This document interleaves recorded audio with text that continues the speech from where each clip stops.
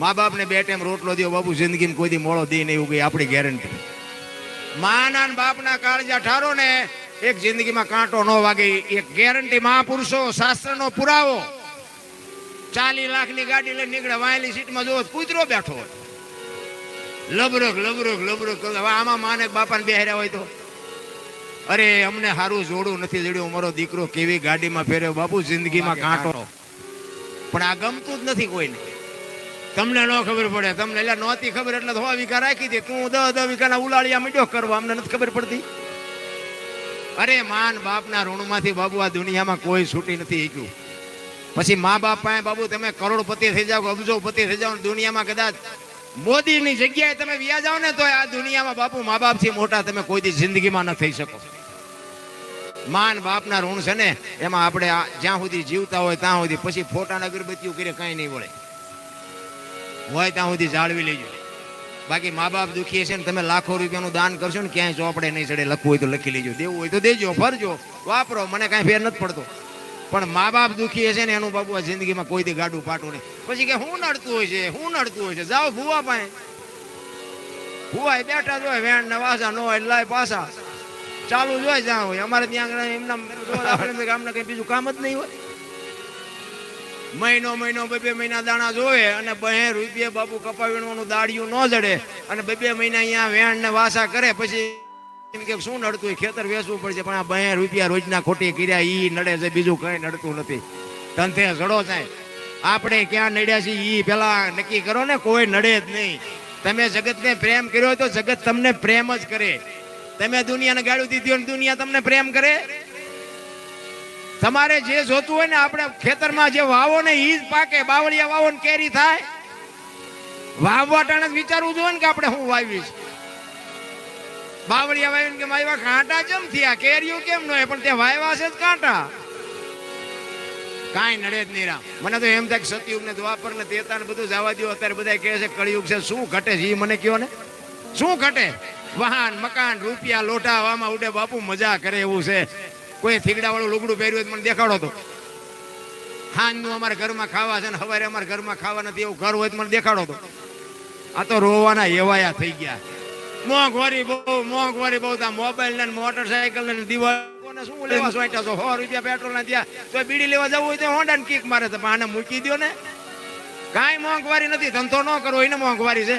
આ કપાના 2000 ભાડ્યા હતા ઈ નથી દેખાતું. તેલના ડબ્બાના કે 28000 થઈ જાય, કપાના 2000 થી એને ફરતા હતા. હું અમારા ગામના કોળીના અહીંયા 2.5 રૂપિયામાં હાથી આંકવા જતો હતો. તમે સાચું માનતા હોય કે ન માનો. અત્યારે ઘરે કંદડે એવડા બપોરે બહે લઈ આવે. ઘરે કંદડે એવા હો, કામ કરે એવા નહીં. 2.5 રૂપિયામાં દી ઉગ્યો ન હોય ને અંધારામાં વ્યૂ જવાનું ને અંધારું થાય ને જ્યાં સુધી હુજે ને ત્યાં સુધી હાથી આંકવાનું. 2.5 રૂપિયા આપતા. જીવણભાઈ અમારા ગામના કોળીનું નામ છે, તમારે કોક દી આવીને પૂછવું હોય પૂછજો. જીવણભાઈ ને અહીંયા હું કોળીની હાથી આંકવા દાડીએ જતો. હવે અત્યારે તમને કહું દાડી કેવડી છે. આપણે જે આવે છે એ આપણને નાનું જ લાગે છે, આપણે જે દેવાનું છે એ બહુ મોટું લાગે. મોંઘવારી છે જ નહીં. ધંધો નથી કરવો ને એની મોંઘવારી છે, બાકી કાંઈ છે જ. બાકી જીવવા જેવું છે મને એટલી ખબર પડે. આપણે હું તો ગામમાં ગયો હોય, સુરેન્દ્રનગર ગયો હોય ને તો આપણે એમ થાય ભગવાન આપ્યું છે, આપણે છોકરા હાટું કંઈક ભાગ લઈ આવી ને એટલે આપણે એમ થાય ભગવાન આપ્યું હોય તો શું હાલો ને આપણે થોડું કાજુ બદામ એવું બધું લઈ જાય. પછી મારા દીકરા નાના ટાબરિયા હોય ને એને એમ કહું હાલે બેટા તારા હાટું ભાગ લઈ આવ્યો. આમ કાજુ બદામ નાખું ને મજા પાટું મારે નથી ખાવું. હવે ખા ને પાર લે નથી ચડ્યું અમને. એવો જમાનો નથી. તમારે કલકત્તા જઈને આવવું હોય સાંજે વી આવો ભલા માણા. આપણા ગઢા ટાંટિયા થોડીને મરી ગયા. શું ઘટે છે મને તો એમ થાય કે આ દુનિયા હું રોતી છે એ નથી સમજાતું. આ તમે ઇતિહાસ ખોલીને જોવો તો તમને ખબર પડે. તમે હું રામ રામ રામ કરી છે. સીતાજી રામને પરણ્યા, આખી જિંદગીમાં હારો દી ન ઉગ્યો. શું એનું કર્મ છે વિચાર કરજો. સીતા મંગળ 4 ફેરા રાઘવને ફરી, પણ કાયમ દુખણી કાળડા બાપુ કોઈ દી હારો દી ન જોયો. તમે વિચાર કરજો. મિથિલા નરેશની દીકરી, તમે વિચાર તો કરો. શિવ ધનુષ બાપુ કોઈ હલાવી ન કે એ દીકરી ઘોડો દીકરીની શક્તિ શું હોય છે. કેટલી દીકરી હેરાન થઈ. તમે આ ઇતિહાસ ખોલો તો તમને ખબર પડે. રામચંદ્ર પરમાત્મા 14 વર્ષ પૂરા કરીને આવ્યા ને પછી રામે સીતાનો ત્યાગ કર્યો ને, લક્ષ્મણ રથ લઈ અને મૂકી આવ્યો. ક્યાં? વાલ્મીક ઋષિના આશ્રમ. એ વાલ્મીક ઋષિના આશ્રમે મૂકી અને પછી વાલ્મીક બાપુ સીતાજીને પૂછે છે કે બેટા સીતા, કે હા બાપુ. કે રામે તારો ત્યાગ કર્યો એ તને ખબર છે? તો કે હા બાપુ. તો કે તને દુઃખ નથી થતું? તેથી બાપુ આ ભારતની આર્ય નારી આપણી દીકરી સીતા શું કહે છે ખબર છે? કે બાપુ બાપુ અમારું તો રઘુકુળ છે, અયોધ્યાનું રાજ છે, અને અયોધ્યાની ગાદી ઉપર હરિશ્ચંદ્ર રાજાએ તારામતીને વેસી નાખી હતી. હજી રામે મને વેસી છે ક્યાં? વિચાર કરજો. આટલું જો સમર્પણ હોય દીકરીનું, તો અત્યારની દીકરીઓ પાણીના લોટામાં કે ઘરને ધંધે લગાડી દઉં, આખું ઘર આમ કરી નાખું, તમારા ઘરમાં લળિયું ન રહેવા દો, તમારા બાપુજીએ ગોઠવા. શું તમને મને દુઃખ પડ્યા છે? અરે મીરાને પૂછો, દમયંતીને પૂછો, સીતાજીને પૂછો.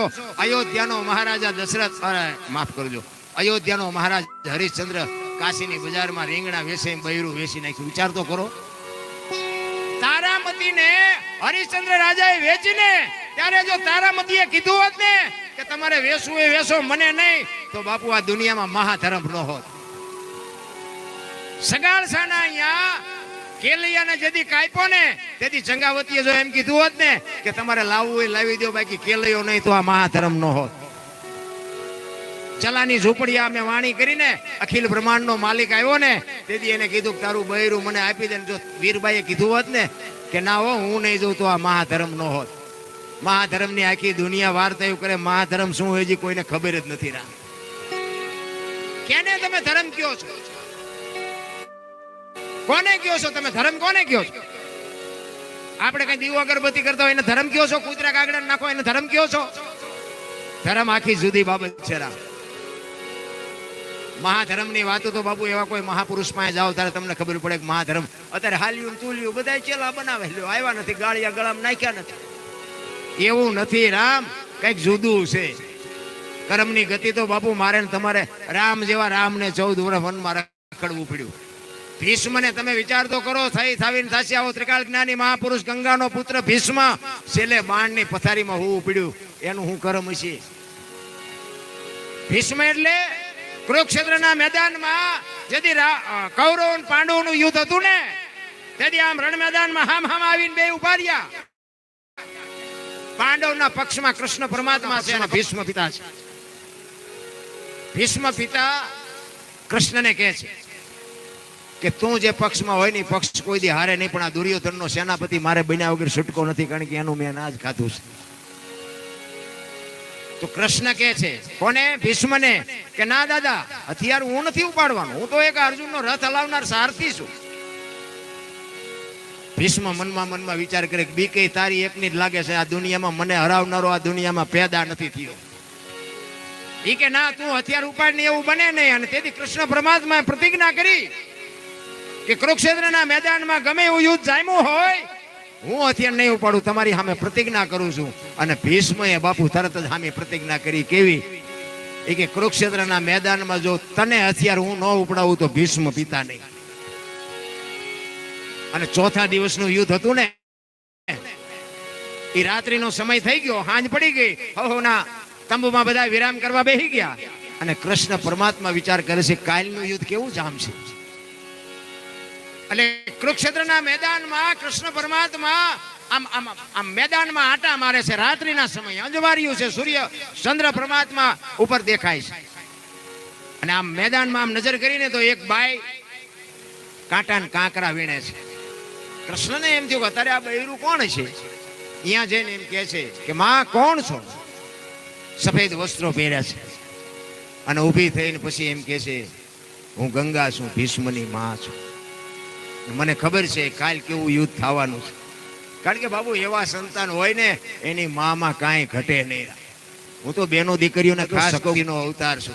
તમે ધારો તો આજે રામ ને કૃષ્ણ જેવા દીકરા થાય ને ગંગા સતી પાનબાઈ જેવી દીકરી થાય, પણ આ ફેશનમાં દી ઉઠાડ્યો કોને કેવું? મારે વહુ નહારો ભેગા પાણી પૂરીઓ ખાતા હોય છોકરા જેવા થાય. એમાં કઈ રામ ને કૃષ્ણ ની બાબુ વાતો કરીને કઈ ઉગે નહીં. પણ ઠીક, હવે અમને બોલાવે એટલે ટેમ કાઢ્યા વગર છૂટકો નથી.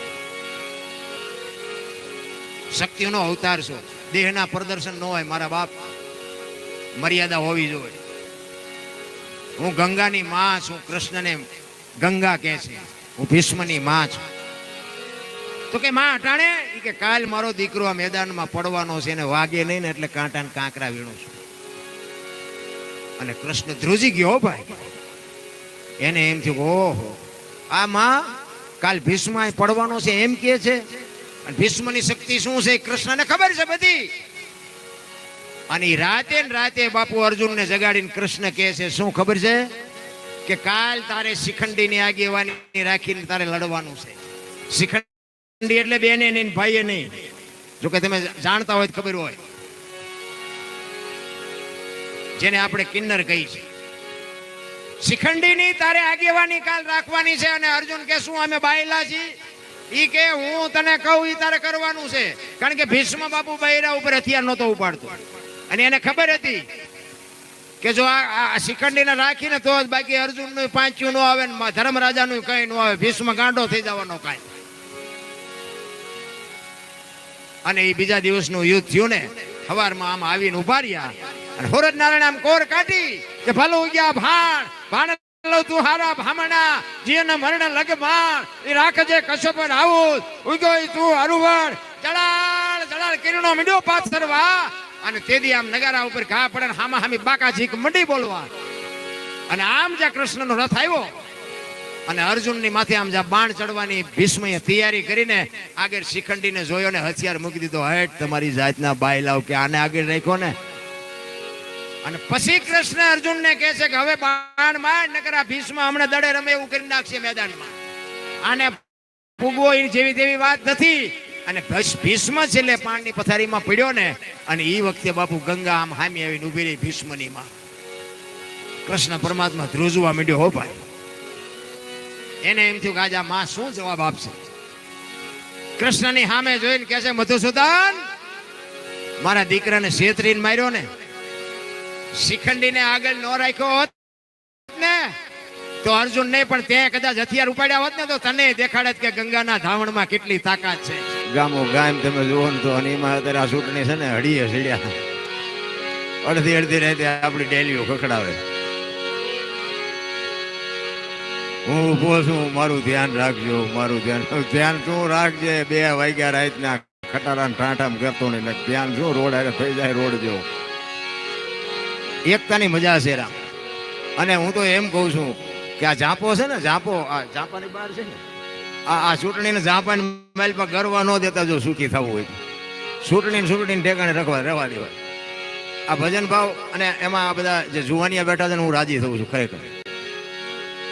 કારણ કે આમાં આવા જુવાનિયા ભજનમાં બેહવા રાજી જ નથી લ્યો. અમારે હમણાં અહીંયા 12 મહિના 2 વર્ષ જેવું થયું અમે ખીમજીભાઈ ભરવાનો પ્રોગ્રામ ગોઠવ્યો હતો. એમાં આવા બધા જુવાનિયા બેઠા હતા ને ખીમજીભાઈ શું કે ખબર કે આટલા બધા બેઠા પણ મારી ઉંમરનો કોઈ નથી. મેં કીધું હવે એમની ઉંમરનાનું શું કામ છે, આવડા માર્ગે ચડ્યા હોય આમને ચડવા દો ને તમારી ઉંમરનાનું શું કામ હતું. હવે શેલી પછાડીએ હોય એ તો અમતા ઘરે નડતા હોય ભજનમાં આવીને બે જય શું કરે. આ જુવાનિયાને ભજન ઉતરતું હોય તો આમાં સારું નથી. હવે બધાને તો ગઢા જોવે છે એટલે ગઢા આપણે કામના છે, ગઢાનો વિરોધ નથી કરતો પણ કહેવાનો મતલબ કે આ વાછળની જે પેઢી છે એ સંસ્કૃતિને જીવતી રાખે. આ ભજનમાં જો ભળે અને આ ભજનમાં ભેળા રહે તો આથી ઉત્તમ બીજું હું શું હોઈ શકે. વડીલોની જરૂર છે એ 100%, અને વડીલોને સાચવવા પડે એ વાત 100% છે. પણ આ જે ભજનનો માર્ગ છે, કોઈ પણ કથા હોય, ધૂન હોય, ભજન હોય, આમાં જે જુવાન દીકરા દીકરીઓ જે બાપુ આ લાઈનમાં છે ને એને હું તો સલામ કરું છું, ખરેખર ધન્યવાદને પાત્ર છું. એમાં હનુમાનજી મહારાજનું મંદિરે બાપુએ મને વાત કરી કે સંતવાણીનો પ્રોગ્રામ કરવો છે અમારે ખાલી શોખથી. હનુમાનજી મહારાજ છે ને ભાઈ જીવતું જાગતું આજનું અદ્ભુત પાત્ર છે. સમજી લેજો રામાયણનું. હનુમાનજી મહારાજ મહાપુરુષો એમ કહે છે કે આજે આ દુનિયામાં છે. જોકે ઘણા બધા છે પણ હનુમાનજી છે, એમ કર્ણ છે, ગોપીચંદ ભરતરી છે, આવા બધા ઘણા બધા છે એવું શાસ્ત્ર આપણો પુરાવો આપે છે. હનુમાનજી મહારાજ, રામદેવજી મહારાજ અને માં ભગવતી મેલડી આ ત્રણેય એવા બાપુ આજની તારીખમાં જીવતા જાગતા જે દેવો છે ને કે સવારે તમે માનતા કરો ને સવારે બપોરે ફટાકો વાગે એવા આ હનુમાનજી મહારાજના સાનિધ્યમાં જ્યારે પ્રોગ્રામ રાખ્યો છે.